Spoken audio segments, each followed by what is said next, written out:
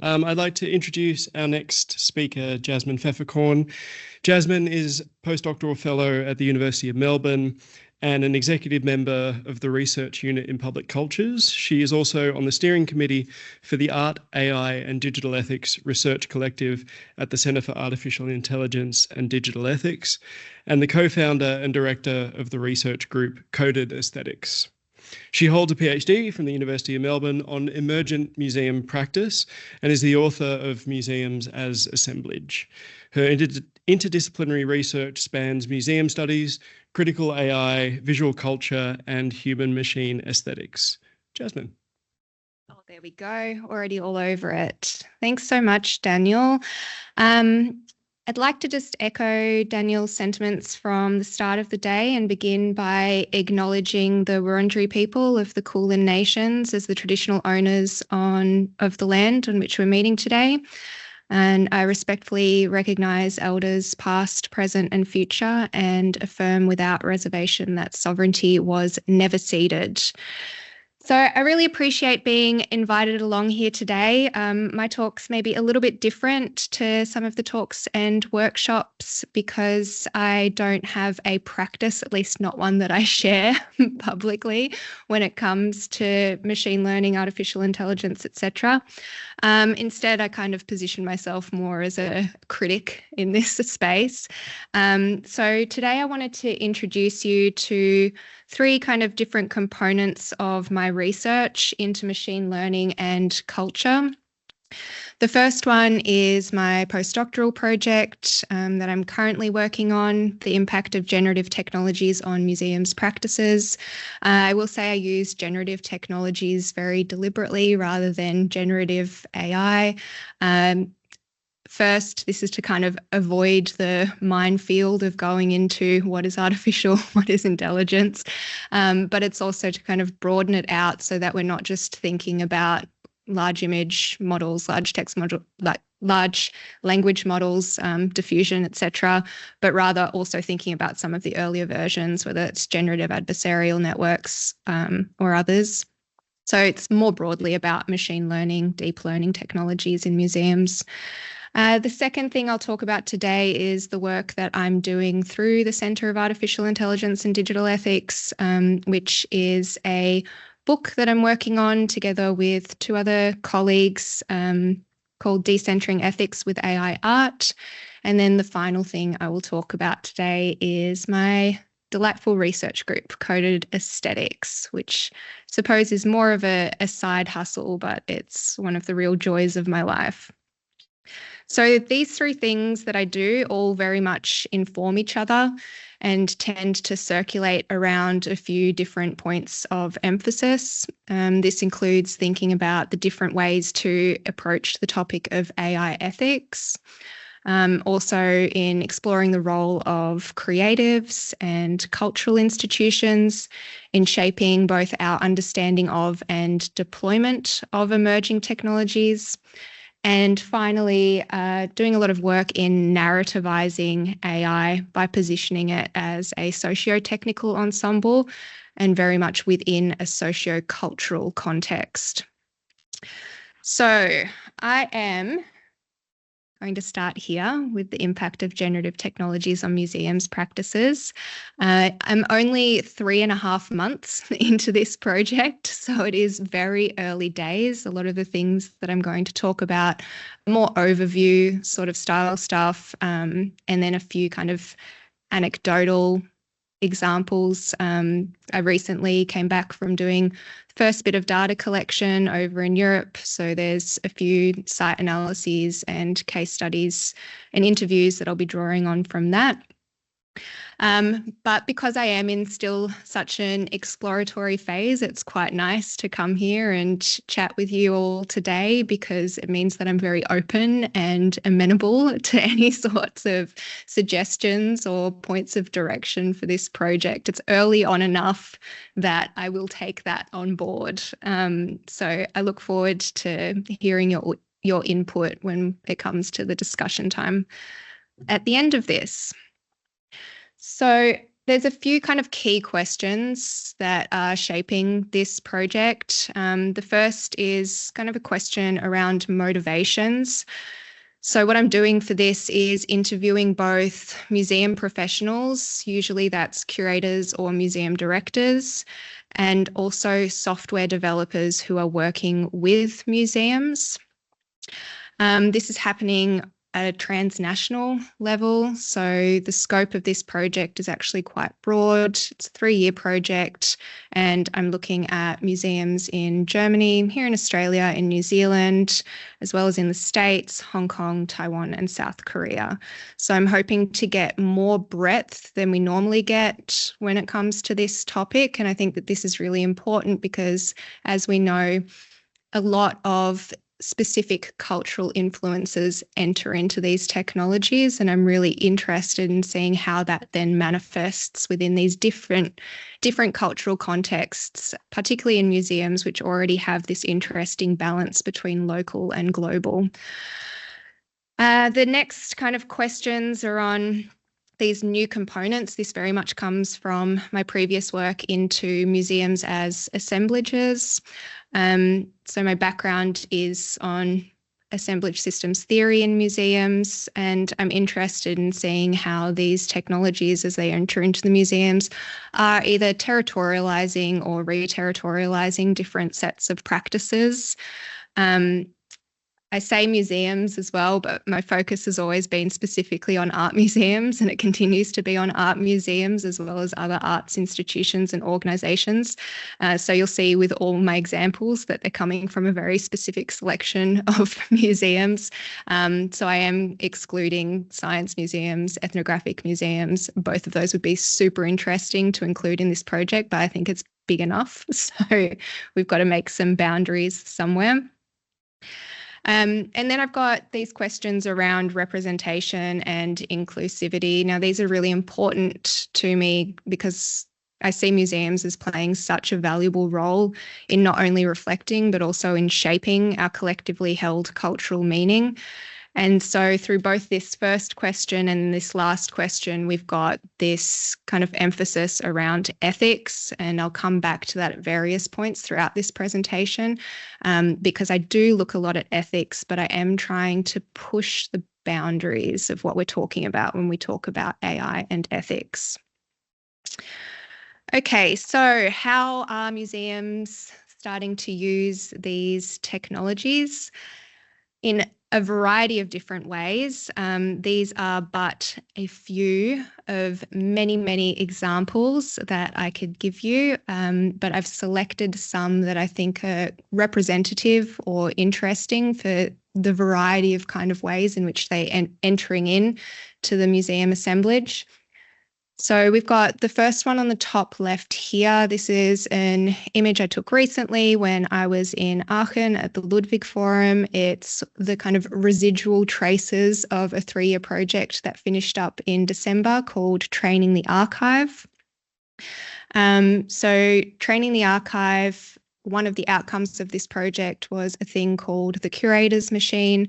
Essentially, it is based on clip foundation model, custom layers built on top with the digitized collection of the Ludwig Forum entered in, and then it operates as a search repository where you can do text prompt search or image prompt search, and then you'll get images of the digitized collection back to you that kind of all circulate around a particular theme. So hence the curator's machine.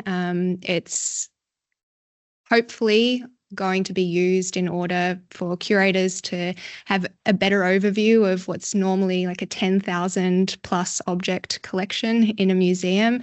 And the goal or the motivation behind this was very much to stimulate interesting or new connections between works that are sometimes overlooked or forgotten about entirely.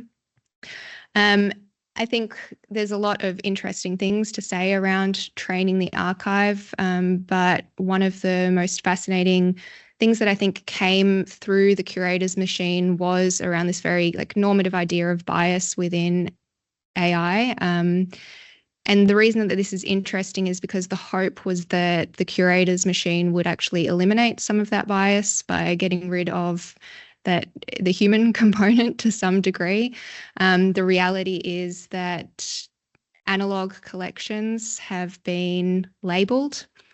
That labelling goes into digital collections, and those digital collections then carry over the metadata into the computational. And so we end up with the exact same biases that we had with kind of the colonial view of collections from the outset. So that hasn't really changed. And there's a few really interesting examples of that in practice where curators at Ludwig Forum were wanting to kind of curate collections around Cuban artists, knowing full well that they had very famous Cuban artists in their exhibition, and none of those artists kind of came up in the search term results because of the way in which they had been labelled, or rather today we would consider it mislabelled.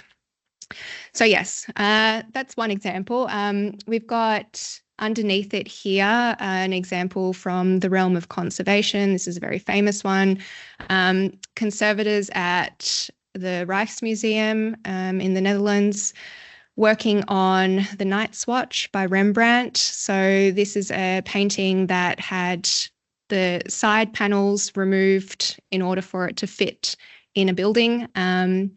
And when the conservators realized this and thought, okay, like how can we recreate these side panels and bring this painting back to its original glory, they ended up using machine vision, kind of like a machine vision, kind of like a generative fill, similar to what we were talking about just before, in order to recreate these side panels, which they are now physically recreating in the space. You've got different kinds of archival recombinations, quite similar to Train the Archive, but with the Centre for Contemporary Culture in Barcelona.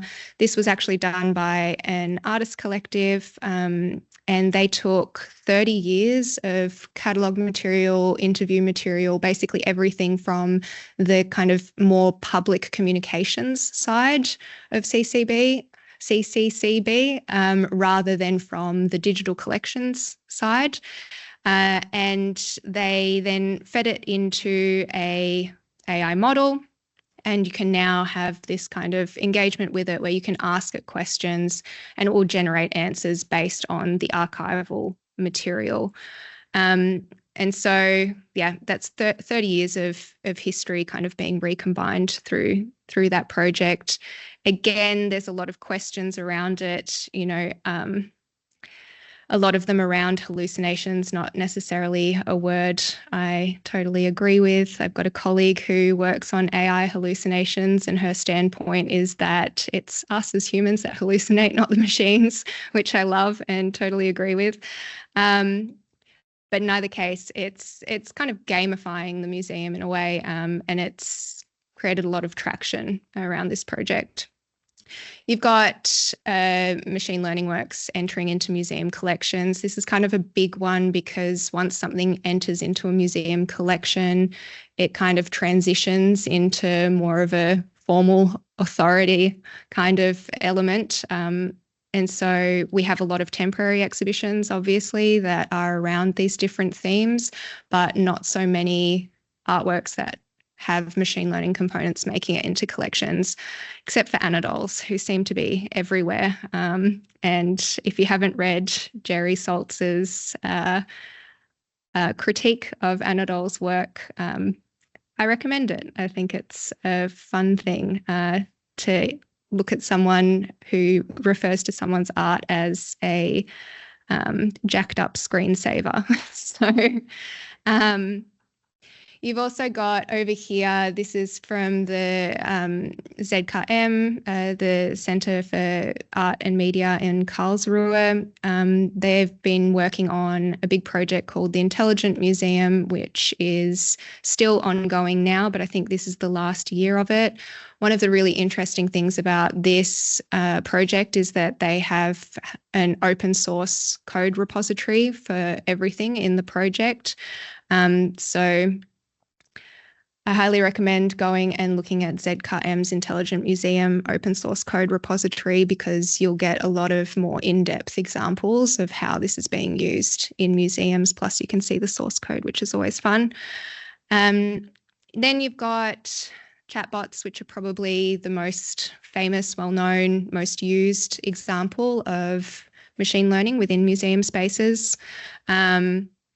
So these have seen a lot of development over the years. You had, various forms of chatbots going back all the way for like 2004. I think there was one called Max, and they've become increasingly iterative and increasingly, natural to talk to.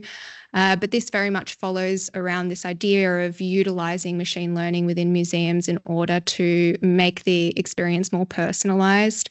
Of course, we can be a critic of that idea of personalization as well, because obviously all of these things operate on knowledge graphs, which kind of take the personal and put it in relation to a collective anyway. So personalization is not the same as individualization, which I think is an important thing to note. But in either case, chatbots are a very commonly used example. So across all of these, we've got a lot of ethical concerns that come up. This is not something that is new. It's not something that is, I've developed. This is a pretty well known. It's the earliest kind of generative technology or AI toolkit, ethics toolkit for museums, created by Una Murphy and Elena Villaspesa. And they kind of draw out these key issues that they see within museum spaces using these technologies. So one, of course, is bias management. I kind of already went into that with the example I gave before around training the archive, where that hope that it would forge these new connections between different things in curation and exhibition making actually kind of runs counter to that idea, because it's actually reinforcing already existing labeling. So we've also got this idea of brand washing. So that operates in a variety of different levels. So brand washing can be that question of, can you have an ethical practice using unethical technologies? It can be that question of how power is being redispersed through the museum with the entrance of these new stakeholders that are coming from big tech. And it can also be this idea of generating novelty rather than generating value, which I think is something that we see in this space quite a bit, beyond museums as well, more in creative industry more generally. And then you've got quality assurance. So this idea that you always need a human in the loop for both explainability and accountability.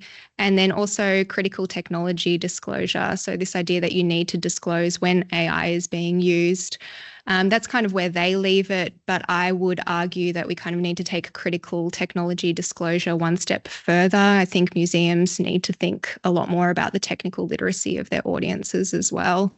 And I'll give you an example of that in a second for why I feel that way. So one of the things that I'm working on at the moment is still around bias management, but I'm kind of taking it back to the level of foundation models, which is something that hasn't been explored in the museum space as yet.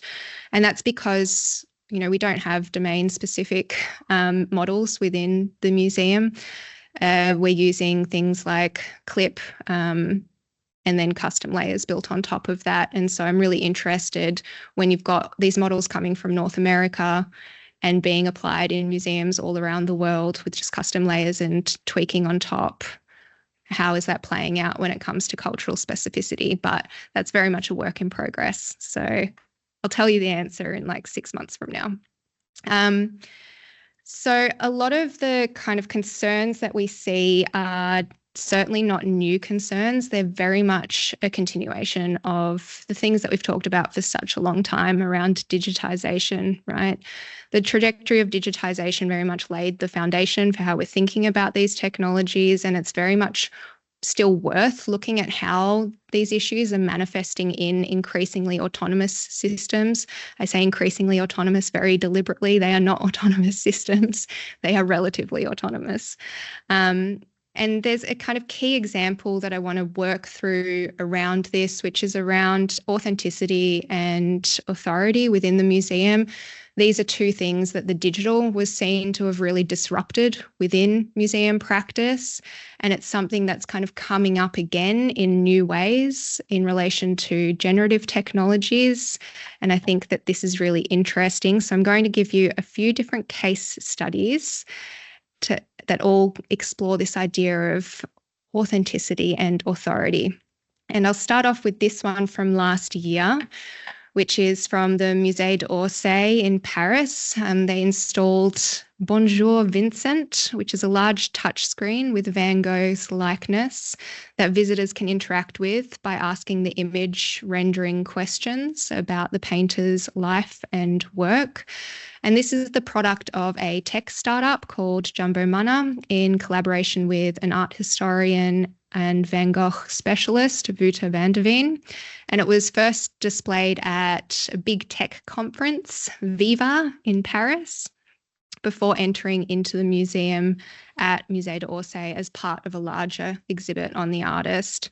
So the data that was used to train Bonjour Vincent is approximately 900 letters written by the artist throughout his lifetime, alongside some early biographies that were written about him. And you can't really see here, which is why I've kind of given you this nice little arrow. But next to the screen of Bonjour Vincent on site is this claim that's made to visitors that its answers will be faithful to the painter's habits and ideas, or beliefs and ideas. And here we see that this language that we traditionally associate coming with computer science is coming into the museum space. And I see this in relation to the kind of ground truth of realism, whereby data is taken from the wild and therefore thought to be representative of the real. And it's that classic kind of example of more data is equating to more representation, therefore more is more authentic. But of course, we know when it comes to generative technology that data does become flattened in order to be optimized for likeliness rather than likeness, as Steyl writes in her work Mean Images. So in other words, the goal of this product is very much to align with our expectations rather than to subvert them, even if the subversion is more aligned with what has actually unfolded. And so the product that we get here is the product that is deemed by programmers and art historians as the most probable. And this is an important point to emphasize because it really indicates how different forms of synthetic media are very much bound up in cultural perception and projection. And I think that this is best explored through evidence of perceived glitches in the operation of Bonjour Vincent. So, for instance, the algorithm's initial response to what was the most commonly asked question by visitors, which was, "Why did you kill yourself?" was deemed to be too morbid. And so the algorithm was retrained to provide more hopeful messaging. And now it offers something quite like mundane or banal, like, life is full of hardships, but it is still beautiful, something along those lines, which, to me does not necessarily match with this idea of like faithful to the painter's ideas and beliefs. And so these so-called glitches were very much positioned by museum staff as problems to be ironed out. And in this way, we see synthetic data being mobilized in a way that's not oriented towards probability, but towards palatability. The ground truth of this process becomes the way that the museum is sort of bound and held to producing a particular narrative rather than fidelity to the data, let alone to the original. And it also brings us back to that earlier point around AI ethics in museums as needing a critical technology disclosure. So when I Easter egged that earlier, and this is what I was referring to, because I think that, Musée d'Orsay does make this clear that machine learning is being used here, but then this term faithful works against an ethics of disclosure And that's what I mean when I say that museums need to also be thinking about literacy when they enter these museums into the assemblage. So what's more interesting maybe is exhibitions that are using AI to deliberately problematize and highlight the relationships between museums and truth. And an example of this is the AI Tell You, You Tell Me exhibition, which is on at ZKM at the moment. And I'm going to be focusing in on one particular room of the exhibition, which is called Flatware, Hardware, Software, Wetware. So this exhibition displays works of various flatware mediums. So that's kinetic works, paintings, photographs. And these were all selected by the curatorial team at ZKM out of their collection. And they deliberately chose mixed medium works, but also works that spoke in some way to human-machine relations. There was also a pragmatic element in how they chose these works because they're doing an install at the moment. And so these were the only permanent collection pieces that were actually available. But the way that this works is that you can see you've got kind of like a normative museum layout on all of the four walls. You've got the artworks, but you've also got these little RFID chips that you get, and you start off by placing one of these on a screen, answering a series of 4 questions, which included, are you in an exceptionally good mood today? Do you trust technology to change the world for the better? Do you believe humankind is destroying the earth? And then the final question was, are you particularly fond of pasta? So it's very much a tongue-in-cheek exhibition, but based on your answers to those, you generate one of 16 different storylines. And then as you touch each of the screens in place of the wall placards, you get that storyline generated for you in relation to the artwork. So each of those wall placards, the little screens that you see here, have information that is generated by DeepL, so a large language model, and they are pure nonsense. So I saw lots of artworks, for instance, that had been created in the year 6020 by artists who do not exist and have never existed. And it very much makes up this kind of statement. And there were a lot of, moments where the team decided that it couldn't be purely autonomous because the machine would get fixated on one particular interpretation of an artwork or a visual. So there's the example that was given to me by the curator. There's one work that has kind of a grid element. I don't have a photo of it on here, and I'm sorry that these photos are poor quality. They're from my own visit and they were from my note taking, so I didn't expect to be showing them on a screen to anyone. But it had a grid reference, and the only thing that the machine could see was tennis racket. And so every single time, no matter which of the 16 storylines you had, it was about tennis. And so they did have to kind of intervene, or they felt like they had to intervene in those moments. So I think what's really interesting about this for me is that it doesn't aim towards fidelity. And this is something that I quite love. I was just having a conversation before that we do get so fixated on fidelity, but I'm really obsessed with the medium specificity of the generative and how it is uncanny and how it does do all of these wacky, bizarre, weird things. And when that increasingly gets phased out, it makes me quite sad. So I'm quite happy with the fact that this is deliberately disingenuous, tongue-in-cheek, etc. However, there were limitations. And this was something that's very interesting for my project, particularly when I'm thinking about the motivations between software developers and museum professionals, because this had a huge amount of push-pull and in-house tension between the software developers and the museum professionals. And this is a rare case because they do have in-house software developers, which most museums do not have. They'll get consultants in for various projects, etc. But to have these long-term relationships with software developers is unusual. and to have that level of co-creation as well. And so there was this massive tension because for the software developers, the authenticity of the project was just allowing the generative AI to do its thing. Whereas for the curators, there's still curatorial control and authority that needs to come through, and that's authenticity. And so there was this kind of struggle and this tension between the design team from Hertz Lab and then the curatorial team, because the curators were adamant that audiences did need access to accurate information in some way.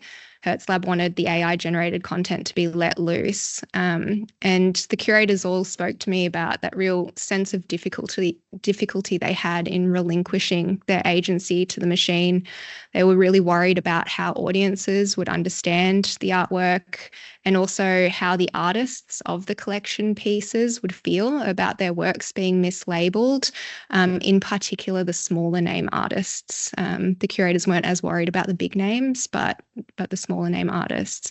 And so they ended up reaching some compromises. So you can see that final slide there, there were two of these little walls which had teeny tiny little renderings of the artworks and the actual name of the artist, date of production, material, etc. So very traditional.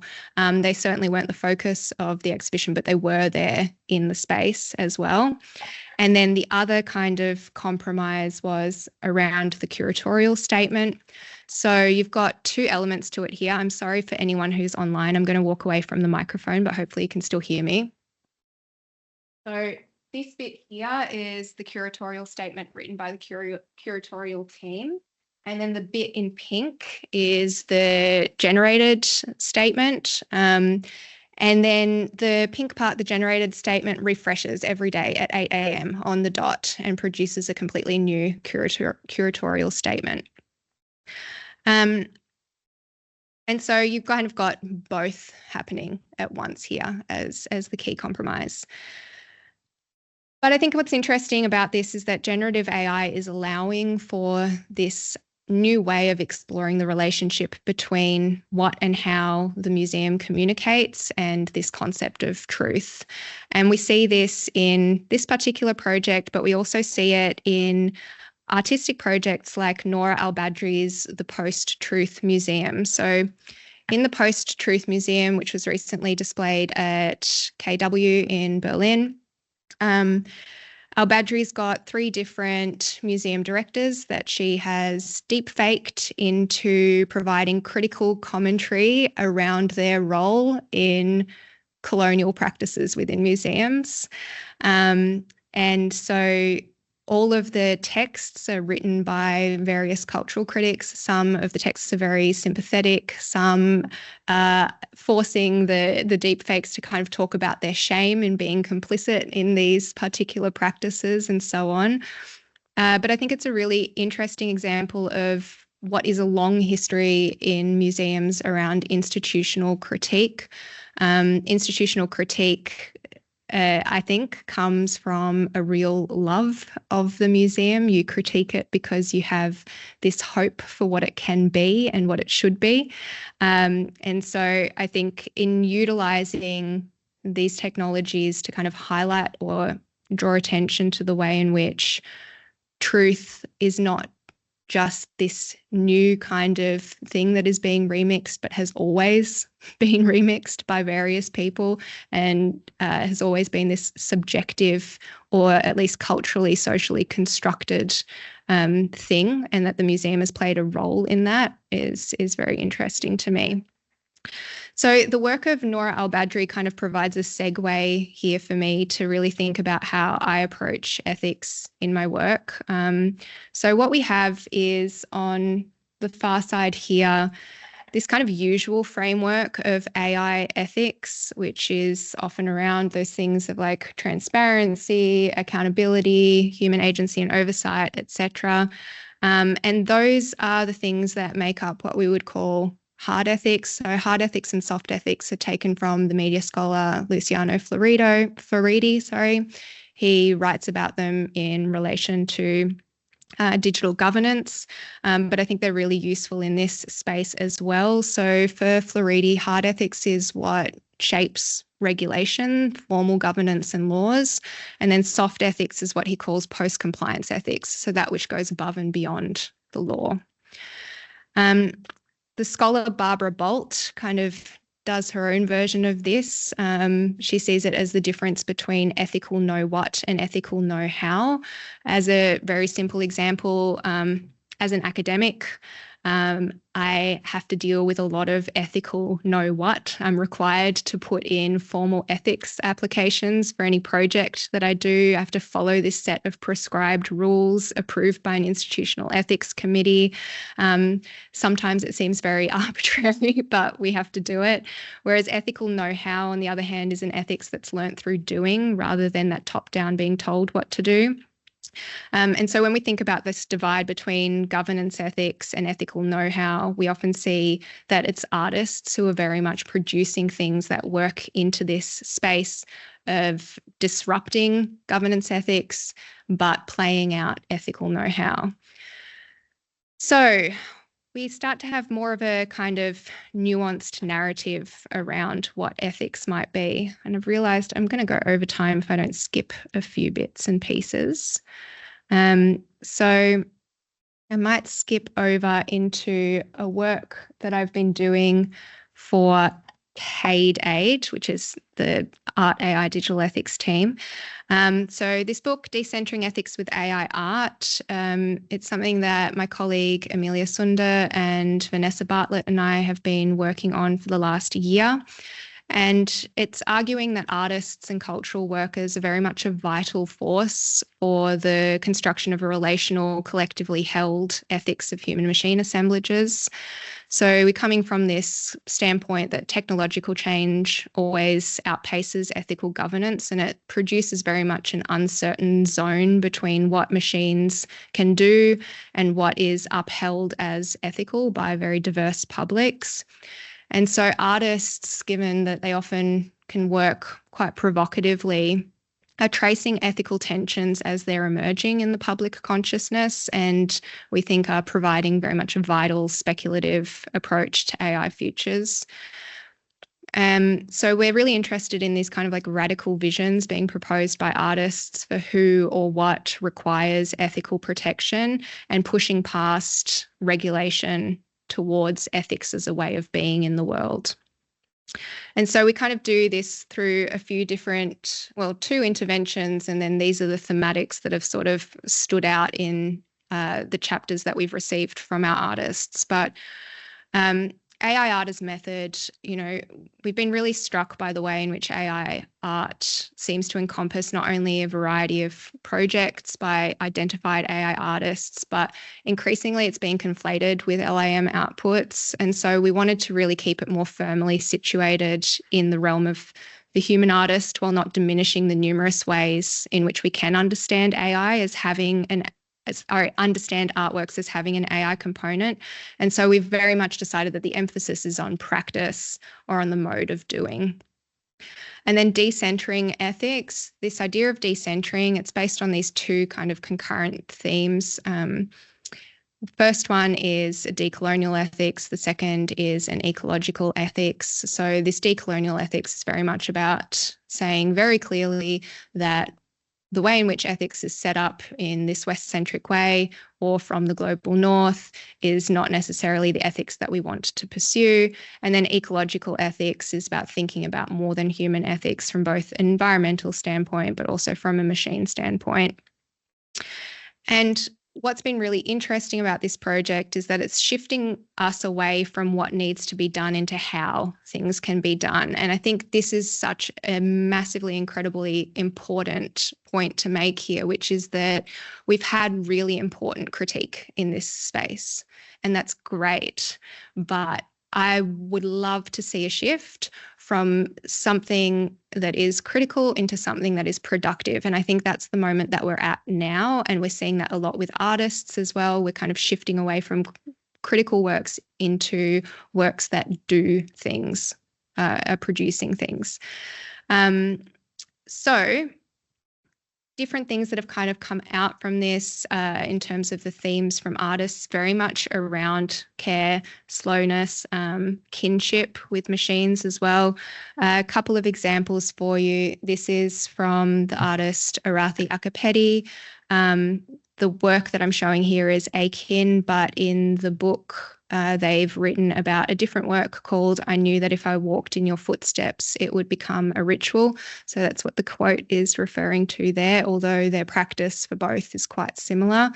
But what they do with their work is they collect images from family archives as well as the STARS archive, which is the Tamil National Archive, and scan those images in one by one to create their own data set. And then, because they are also a coder, they use generative adversarial networks to generate new images based on those archives. And what they write about is really beautiful because they're talking about how important the time-consuming element of this process is. And they refer to it as almost meditative. They refer to it as creating an intimacy between them and the data. And so this idea of care and slowness and attuning to the data set is one that I think is really beautiful and really important, and also something that I would love to see kind of integrating more into my work in museums as well, because museums are often critiqued for being slow. This could be a good way for that critique to turn into a positive. So also kinship, I'll just quickly skip through that. We've got a lot of artists who are talking about ancestors in the machine, what it means to build a relationship that is like kinship with artificial intelligence, etc. And then I'll finish up very quickly talking about my research group. I'll just do it as like a little plug. So this is Coded Aesthetics. It was founded at the end of 2022 by myself together with my main colleague and collaborator, Amelia Sunder. It's in the School of Culture and Communications at the University of Melbourne. Amelia and I kind of came together in 2021 and felt quite alone within the School of Culture and Communications in terms of focusing in on computational technology from a visual cultures perspective. And we were looking for our people, and all of a sudden we had this realization that we should probably stop looking and see if the people would come to us. And they did. So we created Coded Aesthetics, which operates as a network of collaborators. It's sometimes a tight network, sometimes it's a loose network. And we work together with artists, with engineers, computer scientists, researchers from all different backgrounds, from human-computer interaction, but also from urban geography, other humanities researchers, etc. And we kind of always follow this line of thinking, which is, how is technology coded? Is it, well, it's always all four, but we look at how it's coded technically, historically, culturally, and affectively, so at the individual level as well. And we've done a few different publications that I won't go into today, but you can look those up if you want. They give you a pretty good overview of kind of how we approach different things around computation and culture.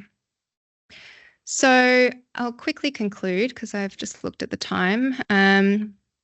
Basically, if you've got any things to take away from this brief foray into a few different projects, it's that I really want to make that point that we're shifting from critique into being productive. In that way, I sort of, all of my work follows what Louisa Moore writes about in terms of generative technology as not being a world model, but a model of the world. And I think that, while a lot of scholars are starting to think about the ethics around these technologies and have been for a long time, this is largely a copy-paste framework of AI ethics that sits in that field of accountability, transparency, explainability, bias, and so on. They're important. They certainly play a role, but I really challenge everyone to kind of push that boundary further and think about a decentered ethics, a soft ethics, an ethics that goes beyond and oftentimes problematizes those principles, like transparency, for instance. So that's where I'll leave it today so that we still have some time for questions.